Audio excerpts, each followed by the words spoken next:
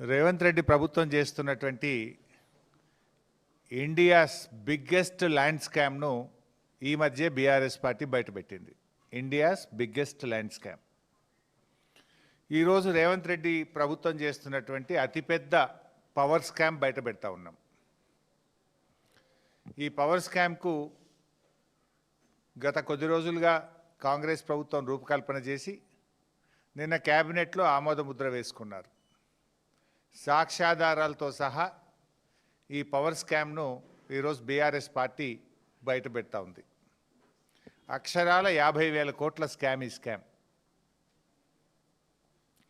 ఈ 50,000 కోట్ల స్కామ్లో దాదాపు 30 నుంచి 40% కమిషన్లు దొబ్బడానికి వీళ్ళు రూపకల్పన చేసుకున్నారు.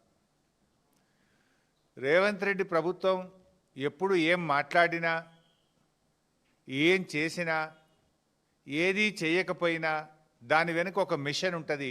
ఆ మిషనే కమిషన్. ఆ మిషనే కమిషన్. ఉత్తగా ఏం చేయడుగా, ప్రతి దాని వెనుక ఒక మిషన్ ఉంటుంది. ఆ మిషన్ కమిషన్.